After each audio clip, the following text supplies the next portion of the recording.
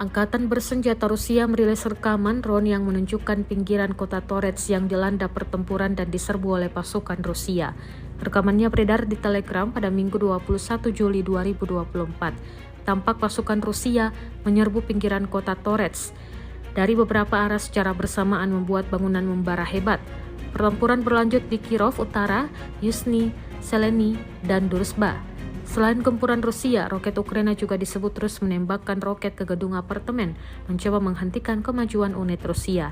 Sedangkan bangunan yang dibombardir Rusia dengan proyektil dan drone diduga kuat menjadi tempat hunian sementara tentara Ukraina. Pertempuran sengit ini pun viral dan menuai berbagai komentar dari warganet.